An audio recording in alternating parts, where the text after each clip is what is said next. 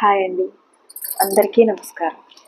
ఈరోజు మనం కార్తీక పురాణంలో 2వ అధ్యాయం తెలుసుకుందాం. ఈరోజు కార్తీక సోమవారం వ్రత మహిమ తెలుసుకుందాం. వశిష్ఠ మహర్షి జనక మహారాజుతో ఈ విధంగా చెప్తున్నాడు.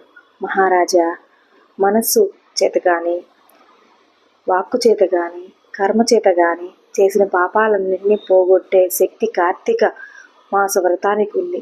త్రికరణ శుద్ధిగా ఈ వ్రతాన్ని ఆచరించిన వారు తప్పనిసరిగా కైలాసానికి చేరుకుంటారు. కార్తీక మాసంలో అన్ని రోజుల్లోనూ సోమవారానికి మరింత ప్రత్యేకత ఉంది. ఈ మాసంలో వచ్చే ఏ సోమవారం రోజైనా సరే శాస్త్ర విధానంగా స్నాన, జప, తర్పణ, దానాలు చేసిన వారికి 1000 అశ్వమేధ యాగాలు చేసిన పుణ్యం లభిస్తుంది. సోమవార వ్రతం 6 రకాలుగా చేసుకోవచ్చు. అవేమిటంటే ఉపవాసం. కార్తీక సోమవారం నాడు పగలంతా ఉపవాసం ఉండి సాయంకాలం సమయంలో శివాభిషేకం చేసుకొని నక్షత్ర దర్శనం అయిన తర్వాత తులసి తీర్థం తీసుకోవాలి. మరునాడు ఉదయం పూజ పూర్తి అయిన తర్వాత బ్రాహ్మణులకు భోజనం పెట్టి తాను భుజించాలి. 2వది ఏకభుక్తం. ఉపవాసం చేయడం సాధ్యపడిన వారు ఉదయం వేళ యథావిధిగా స్నానం చేసి తదితర కార్యక్రమాలు పూర్తి చేసుకొని బ్రాహ్మణులకు భోజనం పెట్టి తాను కూడా భోజనం చెయ్యాలి. సాయంత్రం వేళ పూజ పూర్తి చేసుకొని తులసి తీర్థం మాత్రమే తీసుకోవాలి. 3వది నక్తం. పగలంతా ఉపవాసం ఉండి రాత్రి పూజలు, నక్షత్ర దర్శనం అయిన తర్వాత భోజనం చేయాలి. శక్తి కలిగిన వారు ఉపాహారం తీసుకుని అయినా ఉండొచ్చు. అయాచితం. తాను ఏ ప్రయత్నం చేయకుండా ఎవరైనా తమంతట తాముగా పిలిస్తేనే భోజనానికి వెళ్ళి అక్కడ భోజనం చేయడం అయాచితం అవుతుంది. స్నానం. ఏదైనా కారణం వల్ల పైన చెప్పిన ఏ విధమైన విధానంలోనూ సోమవార వ్రతం చేయటం సాధ్యం కాని వారు కనీసం శాస్త్రవిధిగా స్నానం చేసి పరమేశ్వరుడికి త్రికరణ శుద్ధిగా నమస్కారం చేసుకోవచ్చు. ఇక 6వది తిలదానం. మంత్ర విధానాలు తెలియని వారు కార్తీక సోమవారం రోజున నదీ స్నానం చేసి నువ్వులు దానంగా ఇస్తే సంపూర్ణ సోమవార వ్రత ఫలితం పొందుతారు. ఈ 6 విధానాల్లోనూ ఏ విధానంలోనైనా సోమవార వ్రతం చేసిన పరమేశ్వరుడి అనుగ్రహం పూర్తిగా లభిస్తుంది. ఈ వివరాలన్నీ తెలిసి కూడా సోమవార వ్రతం చేయలేకపోతే అతడు కుంభిపాకం, రౌరవం మొదలైన నరకలోకాలకు పోతాడని శాస్త్రాలు చెబుతున్నాయి. ఈ వ్రతాన్ని ఆచరించడం వల్ల అనాథలు, స్త్రీ పురుషులతో సహా సమస్తమైన ప్రజలు విష్ణులోకాన్ని పొందుతారు.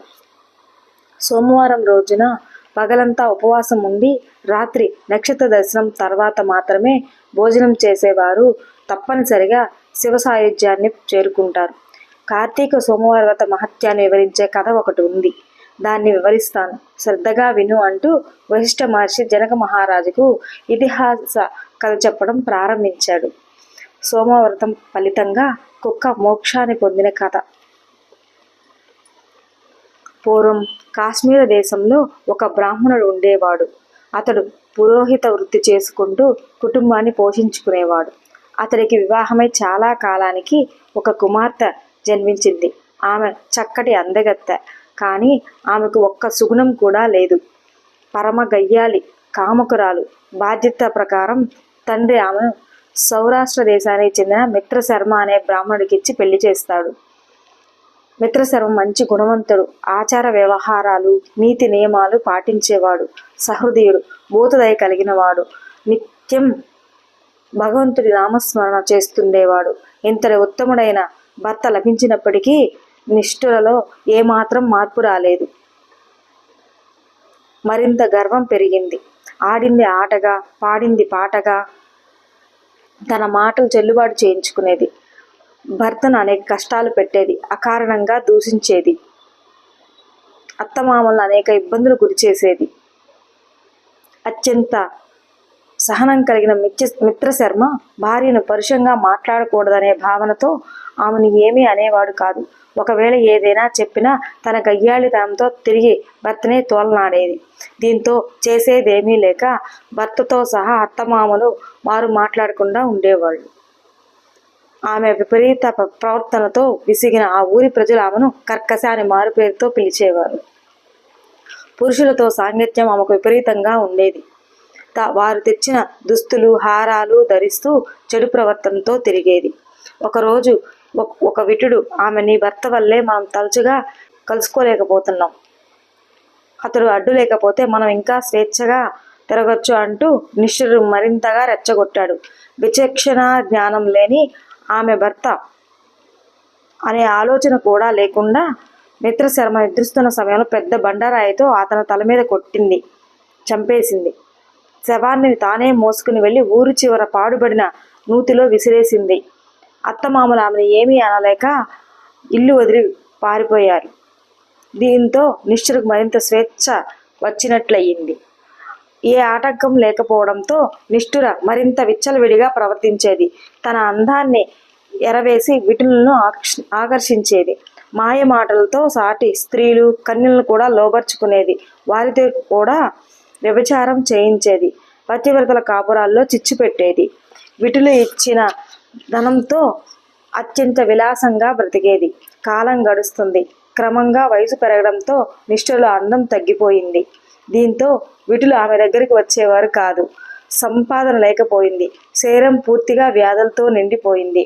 ఆమె అనేక సుఖాలు అనుభవించినా ఏ ఒక్కరూ ఇప్పుడు ఆమె వైపు కనీసం కన్నెత్తు కూడా చూడటం లేదు. రోజు రోజుకి శరీరం మరింత కృషించిపోయింది. కట్టుకోవడానికి కనీసం వస్త్రం లేక, తినటానికి ఏమాత్రం తిండి లేక ఆమె అత్యంత దయనీయ పరిస్థితి అనుభవించేది. ఇలా అనేక బాధలు పడుతూ ఒక రోజున అనాథగానే మరణించింది. ఆమె శవానికి అంత్యక్రియలు చేయడానికి కూడా ఎవరూ ముందుకు రాలేదు. యమదూతలు ఆమె జీవిని నరకానికి తీసుకువెళ్ళి యమధర్మరాజు ముందు హాజరుపరిచారు. ఆమె చేసిన పాపాలకు గాను యముడు ఆమెకు అత్యంత కఠినమైన శిక్షలు విధించాడు. ఎర్రగా కాల్చిన ఇనుప స్తంభాలకు ఆమెను కట్టేశాడు. ఇనుప గదలతో కొట్టి హింసించేవారు. సలసలా కారుతున్న నూనెలో పడేసి వేయించారు. సీసం కరిగించి నోటిలో చెవులో పోశారు. కుంభిపాక నరకంలో ఆమెను పడేశారు. అక్కడ ఇనుపు ముక్కలు కలిగిన కాకులతో ఆమెను పొడిపించేవాళ్ళు. తేళ్లు, జర్రులు, పాములు ఆమె శరీరం అంతా కుట్టేవి. ఇంకా ఎన్నో విధాలుగా యమదూతలు ఆమెకు అత్యంత కఠినమైన శిక్షలు అమలు చేశారు. ఆమె చేసిన పాపాలకు ఆ ముందు 10 తరాలు, తర్వాత 10 తరాలు వాళ్ళకు కూడా నరకాన్ని అనుభవించాల్సి వచ్చింది. నరకంలో శిక్ష అనుభవించిన తర్వాత 15 సార్లు భూమి మీదుగా కుక్కగా జన్మించింది. 16వ జన్మలో కుక్కగానే పుట్టింది. అయితే ఆమె వంశీకులు చేసిన పుణ్య ఫలితం వల్ల ఆ జన్మలో కళింగ దేశంలోని ఒక బ్రాహ్మణుడి ఇంట్లో ఉండేది. ఆ బ్రాహ్మణుడు సదాచారం పాటిస్తూ ఉండేవాడు. పరమేశ్వర భక్తులు ఆచార సంప్రదాయాలు పాటించేవాళ్ళు. అది కార్తీక మాసం కావడంతో మరింత భక్తి శ్రద్ధలతో శివార్చన చేసేవాడు. ఓ కార్తీక సోమవారం రోజున పూజా కార్యక్రమాలు పూర్తి చేసుకుని సాయంత్రం వేళ నక్షత్ర దర్శనం కూడా చేసుకుని బోతబలి వేసి భోజనం చేద్దామని ఇంట్లోకి వెళ్ళాడు. ఆ రోజంతా తినడానికి ఏమీ లేకపోవడంతో ఆ కుక్క బ్రాహ్మణుడు వేసిన బలిని చూడగానే క్షణం ఆలస్యం చేయకుండా వచ్చి మొత్తం బలివేసిన అన్నాన్ని తినేసింది. అత్యంత నిష్ఠతో బ్రాహ్మణుడు చేసిన శివార్చనలు పవిత్రమైన బలిని ఆహారంగా తీసుకున్న ఫలితంగా కుక్క పూర్వజన్మ జ్ఞానం కలిగింది. వెంటనే మహాత్మా నన్ను కాపాడు అంటూ అరవడం ప్రారంభించింది. అరుపులు విన్న బ్రాహ్మణుడు పరిగెత్తుకుంటూ వచ్చి వాకిట్లో చూశాడు. ఎవరూ కనపడకపోయేసరికి తిరిగి ఇంట్లోకి వెళ్దామనుకునేసరికి ఆ కుక్క మళ్ళీ బ్రాహ్మణోత్తమ రక్షించు అని అరిచింది. కుక్క మాట్లాడడం ఏంటి అని ఆశ్చర్యపోయాడు బ్రాహ్మణుడు. తన పూర్వజన్మ వృత్తాంతం అంతా వివరిస్తుంది ఆ కుక్క. బ్రాహ్మణుడు కూడా దివ్య దృష్టితో జరిగింది తెలుసుకుంటాడు. రోజంతా ఆహారం తీసుకోకుండా ఉండి కార్తీక సోమవార ప్రదోషకాలం బ్రాహ్మణుడు విలిచిన బలి అన్నాన్ని తినడంతో కుక్క కొంతవరకు పాపాలు తొలగిపోయాయని బ్రాహ్మణుడు గ్రహించారు. కార్తీక సోమవారం ప్రదోష కాలంలో బ్రాహ్మణుడు విడిచిన బలి అన్నాన్ని తినడంతో కుక్క కొంతవరకు పాపాలు తొలగిపోయాయని బ్రాహ్మణుడు గ్రహించాడు. కుక్క కూడా తన పాపాల నుంచి పూర్తిగా విముక్తి కల్పించమని, మోక్షాన్ని ప్రసాదించే మార్గం చూపించమని బ్రాహ్మణుని వేడుకుంటుంది. జాలిగుండె కలిగిన బ్రాహ్మణుడు తాను చేసిన అనేక కార్తీక సోమవార వ్రతాల్లో ఓ వ్రత ఫలితాన్ని కుక్కకు ధారపోస్తాడు. వెంటనే కుక్క అన్ని పాపాల నుంచి విముక్తి పొంది కుక్క రూపం వదిలి దివ్యమైన శ్రీ స్వరూపాన్ని పొంది పితృదేవతల వర్గంలోకి చేరుతుంది. స్వర్గం నుంచి వచ్చిన విమానం ఎక్కి అక్కడి వారందరూ చూస్తుండగానే పుణ్యలోకాలకి చేరుకుంటుంది. జనక మహారాజా, కార్తీక సోమవ్రతం మహత్యం ఇంతటి గొప్పది. నువ్వు కూడా ఈ వ్రతాన్ని ఆచరించి పుణ్య ఫలితాన్ని పొందు అంటూ వశిష్ఠుడు జనక మహారాజుకి బోధించాడు. స్కాంద పురాణంలో వశిష్ఠ మహర్షి చెప్పిన కార్తీక మాస వ్రత మహత్యంలోని 2వ అధ్యాయం సమాప్తం.